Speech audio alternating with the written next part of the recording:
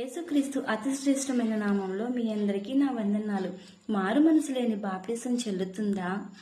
అస్సలు చెల్లదు.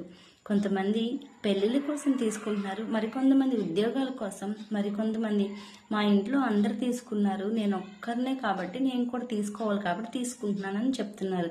అలాంటి బాప్టిజాలు అస్సలు చెల్లవని బైబిల్ చెప్తుంది. మరి ఎలాంటి బాప్టిజం తీసుకోవాలి? మారు మనసు కలిగి తర్వాతే బాప్టిజం తీసుకోవాలి. క్రీస్తు మన కొరకు, మన పాపాల కొరకు ఆయన సిలువలో బలి అయ్యారు. అలాంటిది అవన్నీ తెలుసుకోకుండా బాప్టిజం తీసుకున్న తర్వాత మారుతామనేది చాలా విరుద్ధం. బాప్టిజం అనేది మారు మనసు కలిగి ఉన్న వాళ్ళకే. మరి మన కోసం దేవుడు సిలువలో యాగమయ్యాడు కదా, మరి అలాంటి దేవుని నువ్వు ఎరిగి తర్వాత బాప్టిజం తీసుకోవాలి. మరి ఈ రోజుల్లో చాలామంది ఏంటంటే బాప్టిజం తీసుకున్న తర్వాత మారు మనసు కలుగుతుంది అనే నమ్మకంతో తీసుకుంటున్నారు. అది ఏ మాత్రం చెల్లదు. అపోస్తల కార్యంలో పేతురు గారు ఏం చెప్తున్నారో ఒక్కసారి చూద్దాం.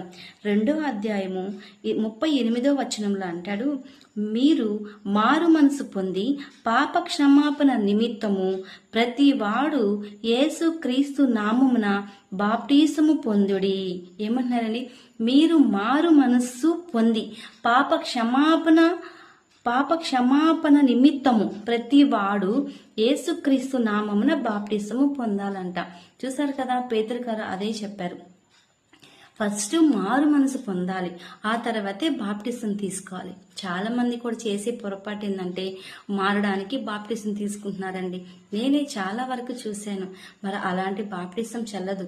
దేవుడు ఒక్కడే, బాప్టిజం ఒక్కటే, పరిశుద్ధాత్మ ఒక్కరే. మరి బాప్టిజం ఇన్ని రకాలు తీసుకోవచ్చా అంటున్నారు కదా. మరి అన్నిసార్లు బాప్టిజం తీసుకోక్కర్లేదు. కానీ ఒకవేళ నువ్వు పెళ్లి కోసము, ఒకవేళ మారడానికి కోసమో బాప్టిజం తీసుకొని ఉంటే అది ఏమాత్రం చెల్లదు. కనుక ఇప్పుడు నువ్వు మారు మనసు కానీ కలిగి ఉంటే ఇంకొకసారి బాప్టిజం తీసుకోవచ్చు. Praise the lord.